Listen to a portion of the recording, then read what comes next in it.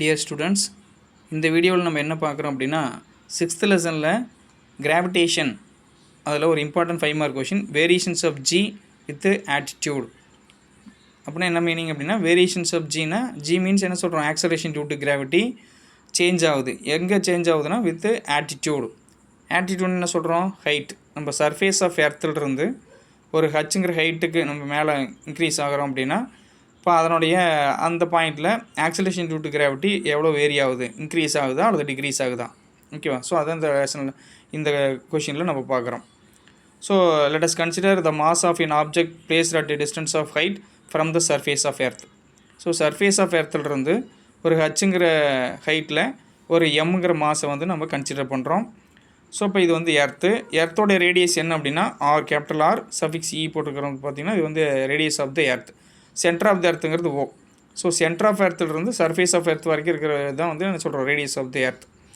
So இப்போ இந்த mass m வந்து எவ்வளோ ஆக்சலேஷன் டியூ டு கிராவிட்டியை எக்ஸ்பீரியன்ஸ் பண்ணுது அதை தான் நம்ம கால்குலேட் பண்ணுறீங்க. ஸோ நமக்கு என்ன ஃபார்மில் தெரியும் அப்படின்னா the magnitude of acceleration due to gravity on the surface of earth என்ன அப்படின்னா g is equal to capital G me by re square. So ஜிங்கிறது ஸ்மால் ஜிங்கிறது என்ன சொல்கிறோம், acceleration due to gravity. G capital ஜிங்கிறது universal gravitational constant. M suffix e mass of the earth. R e R suffix இங்கிறது radius of the earth. இந்த formula உங்களுக்கு தெரியும், இது this is important formula. So இதை தான் நம்ம கன்சிடர் பண்ணுறோம். அது let us consider the object of mass m at a height h from the surface of earth. So acceleration experienced by an object at a height of h from the surface of earth. So இது எவ்வளோ மாஸை வந்து சரி இந்த mass வந்து எவ்வளோ acceleration due to கிராவிட்டியை experience பண்ணுது. So என்ன ஃபார்முலா, ஜிக்கு பதிலாக என்ன பண்ணுறீங்க, ஜி டேஷ்னு எழுதிக்கிறோம். ஸோ அந்த சர்ஃபேஸ் ஆஃப் எர்த்தில் இருக்கக்கூடிய வேல்யூ வந்து ஜி, ஓகேவா? So at A point of ஹச்சுங்கிற ஹைட்டில் இந்த மாஸ் வந்து எவ்வளோ எக்ஸ்பீரியன்ஸ் பண்ணுது அப்படின்னா ஜி டேஷ், ஓகேவா? So G dash is equal to capital G M divide by R E plus H. இங்கே ஆர்இ ஸ்கொயர்னு போட்டிருந்தோம், அந்த இடத்துல என்ன பண்ணுறோம் அப்படின்னா radius of the earth plus இந்த ஹைட் ஹெச் ரெண்டும் சேர்ந்தது தான் total distance from the surface off from the centre of the earth. So நம்ம இந்த ஃபார்முலாவை இது மாதிரி மாடிஃபை பண்ணி எழுதிட்டோம். ஜி டேஷ் ஜிக்கு பதிலாக G dash GM divide by R E plus H whole square. நீங்கள் என்ன பண்ணுறீங்க, எம் இங்கே அது கூட எம் சஃபிக்ஸ் இ போட்டுக்கலாம், mass of the earth. So அதிலிருந்து என்ன பண்ணுறோம், அடுத்து பார்த்தீங்கன்னா g dash is equal to G M by R e. இதில் இந்த டினாமினேட்டர் கூடியது வந்து ஆர்இ ப்ளஸ் ஹெச் ஹோல் ஸ்கொயர்லேருந்து ஆர்இ ஸ்கொயர்டை காமனாக வெளியெடுத்துருங்க.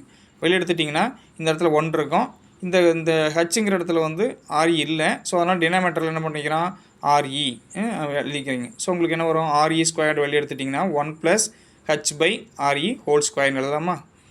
ஸோ இதில் என்ன பண்ணுறீங்க, ஜிஎம் பை ஆர்இ ஸ்கொயர்டுங்கிறது உங்களுக்கு is nothing but acceleration due to gravity. G is equal to G M e by R e square. So remaining time பார்த்தீங்கன்னா அதில் டினாமினேட்டரில் 1 plus h by R e whole square இருக்குது. இது அப்படியே நியூமரேட்டர் கொண்டு வந்துட்டிங்கன்னா என்ன வரும், 1 plus h by R e power -2ன்னு வந்துடும். ஸோ டினாமினேட்டர் இருக்கும்போது +2 இருந்துச்சு, நியூமரேட்டர் இருக்கும்போது 10⁻². ஸோ இந்த ஈக்குவேஷன் மறுபடியும் எப்படி ஃபர்தராக சிம்பிளிஃபை பண்ணலாம் அப்படின்னா let us consider the height of the object is very less compared to the radius of the earth. Radius of earthங்கிறது ஒரு நியர்லி 6400 கிலோமீட்டர் இருக்கும். ஸோ நம்ம அது வந்து ரொம்ப லார்ஜர் ஒன். ஸோ நம்ம மாஸ் ஆஃப் என் ஆப்ஜெக்ட் எர்த்தோட சர்ஃபேஸ் வந்து ஒரு பர்டிகுலர் கிலோமீட்டர் மட்டும் எடுத்துக்கிறோம், ஒரு 100 கிலோமீட்டர், ஒரு 150 கிலோமீட்டர். ஸோ அப்போனா எப்படி இருக்கும், உங்களுக்கு வந்து இதை விட கேபிட்டல் ஆரோட வேல்யூ வந்து ரொம்ப அதிகம். ஸோ என்ன பண்ணுறான், யூஸிங் பைனாமியல் எக்ஸ்பென்ஷன்ஸ் யூஸ் பண்ணி இந்த பவர் -2வை 1 plus h by R e whole power -2வை இது மாதிரி சிம்பிளிஃபை பண்ணலாம். எப்படி எழுதலாம் அப்படின்னா இதான் வந்து binomial expansion. 1 plus x whole power -n 1 minus nx plus nx square by 2 factor. இது மாதிரி போயிட்டே இருக்கும். நம்ம ஃபஸ்ட்டு 2 டேர்ம் மட்டும் நம்ம எடுத்துக்கலாம், ஓகே? இதனோட அடுத்த டைம் பார்த்தீங்கன்னா nx ஸ்கொயர் பை 2 ஃபேக்டோரியல் இது மாதிரி போயிட்டே இருக்கும். செகண்ட் டைம் தேர்ட் டைம் போயிட்டுருக்கோம்.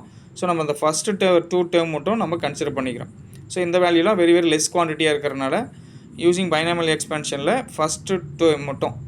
ஸோ இதில் வந்து பார்த்திங்கன்னா 1 இந்த டைம் வந்து எக்ஸு ஹெச் பை ஆர்இங்கிறது is nothing but x. So 1 plus x இருக்குது ஹோல் பவர் இங்கே -2ங்கிற இடத்துல -n இருந்துச்சுன்னா இது எப்படி எழுதலாம், 1 மைனஸ் n இன்ட்டு எக்ஸ்னு எழுதலாம். ஸோ என்னுக்கு பதிலாக 2 சப்ஸ்டியூட் பண்ணுங்கள், எக்ஸுக்கு பதிலாக ஹெச் பை ஆர்இ சப்ஸ்டியூட் பண்ணிங்கன்னா உங்களுக்கு எப்படி வரும், இந்த ஈக்குவேஷன்லேருந்து 1 மைனஸ் என்னுக்கு பதிலாக என்ன பண்ணுறீங்க 2 சப்ஸ்டியூட் பண்ணுங்கள். இந்த எண்ணுக்கு பதிலாக 2 எக்ஸுக்கு பதிலாக h/re இந்த டேர்ம் வந்துடும். ஓகேவா? அதாவது இந்த டேர்ம் வந்து எதுக்கு ஈக்குவல் அப்படின்னா 1 + x ஹோல் பவர் மைனஸ்ன்னு இருக்கிறத நம்ம எப்படி எழுதலாம் 1 - nxன்னு எக்ஸ்பேண்ட் பண்ணி எழுதலாம். ஸோ என்னங்கிற இடத்துல 2ன்னு இருக்குது, எக்ஸுங்கிற இடத்துல h/re இருக்குது. அது அப்படியே எழுதிங்க. ஸோ என்னக்கு பதிலாக 2, எக்ஸுக்கு பதிலாக h/re.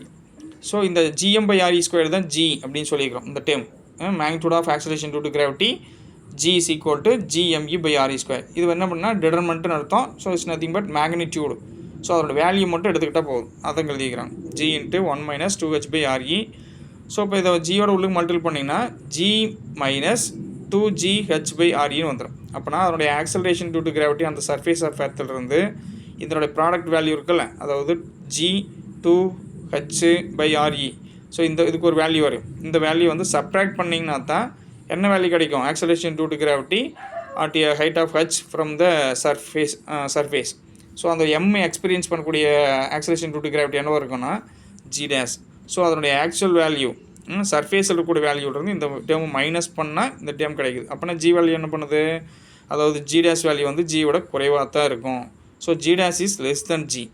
g வந்து ஃபார் 9.8 இருக்குது அப்படின்னா இப்போ இதனுடைய வேல்யூ வந்து ஒரு 1.2 இது மாதிரி .something இருக்குது அப்படின்னா அதில் சப்ட்ராக்ட் பண்ணிவிட்டு என்ன பண்ணுவோம், இந்த வேல்யூ குறைஞ்சிரும், அதனுடைய ஆக்சுவல் வேல்யூலேருந்து குறைஞ்சிரும். ஸோ g' வந்து லெஸ் தென் ஜின்னு எழுதலாம். So this means that the attitude அப்படின்னா ஹைட்டுன்னு சொல்கிறோம். Attitude h increases, the acceleration due to gravity g decreases. ஓகேவா? ஸோ உங்களுக்கு ஹைட் அதிகமாக acceleration due to gravity experience by the object வந்து என்ன பண்ணும், குறைஞ்சிரும். ஸோ ஜியோட வேல்யூ வந்து சர்ஃபேஸில் தான் அதிகமாக இருக்கும். சர்ஃபேஸிலிருந்து மேலே ஹைட்டு போக ஆக்சலரேஷன் டியூ டு கிராவிட்டி குறைஞ்சிரும் அப்படின்னு சொல்கிறாங்க. ஓகேவா?